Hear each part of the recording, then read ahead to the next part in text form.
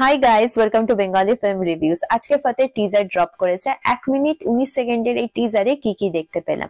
As a leading hero হিসেবে আমরা দেখতে পাচ্ছি সোনু সুদকে, অপোজিটে রয়েছে জ্যাকলিন ফার্নান্ডেজ এবং সাপোর্টিং ক্যারেক্টার্স এর মধ্যে নাসিরুদ্দিন শাহ বিশেষভাবে নজর কাটছে।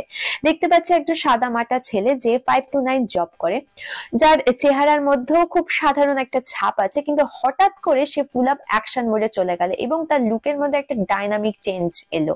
সে ব্ল্যাক ব্লেজার, ব্ল্যাক টাই, ব্ল্যাক ব্রিফকেস, ব্ল্যাক সানগ্লাস পরে একটা ডাইনামিক লুকে হেঁটে যাচ্ছে, কখনো রাইফেল নিয়ে ফুল শুট আউট করছে, কখনো হ্যান্ড টু হ্যান্ড ফাইট করছে। দেখে মনে হচ্ছে সে কোনো সিক্রেট এজেন্ট হতে পারে বা সে কোনো সিরিয়াস মিশনে রয়েছে।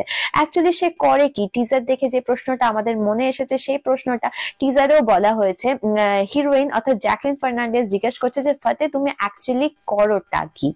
এই প্রশ্নটা দেখতে গেলে তো আমাদেরকে হলে যেতে হবে, কিন্তু তার আগে বলে দিই যে এই টিজারটি দেখে মনে হচ্ছিল না কোনো আমি বলিউড ফিল্ম দেখছি, মনে হচ্ছে কোনো হলিউড ফিল্মের অ্যাকশনস দেখছি। সেই অ্যাকশন সিকোয়েন্স গুলো সত্যিকারের লাজবাব ছিল। সোনু সুদকে একটা নতুন অবতারে দেখছি।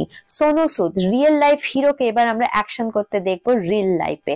সোনু সুদ এখানে অ্যাজ এ ডিরেক্টর হিসেবেও কাজ করছে। শুধুমাত্র সোনু সুদ না, যার কথা বলা দরকার তিনি হচ্ছেন জ্যাকলিন ফার্নান্ডেজ। জ্যাকলিন ফার্নান্ডেজকে আমরা এর আগে দুষ্টু মিষ্টি রোলে এবং একটু ফান করতে, এন্টারটেন করতে দেখেছি, কিন্তু এখানেও জ্যাকলিনকে প্রথমে একটি মিষ্টি চরিত্র রিভিল করলেও শেষে দেখা যাচ্ছে যে তিনিও অ্যাকশন করছেন। সুতরাং পুরোটার মধ্যে একটা দারুণ ব্যাপার রয়েছে। আমি আশা করছি এই টিজারে যে আমাদেরকে যে ফ্লেভারটা দিল সেই ফ্লেভারটা আরো বেশি করে পাওয়ার জন্য ট্রেলারের জন্য আমাদের অপেক্ষা করতে হবে এবং সর্বোপরি আমাদেরকে হলে দেখতে যেতে হবে।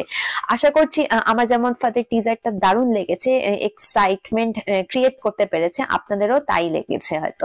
প্লিজ আপনাদের ওপিনিয়ন জানান আমাদেরকে। সঙ্গে থাকুন, দেখতে থাকুন বেঙ্গলি ফিল্ম রিভিউজ।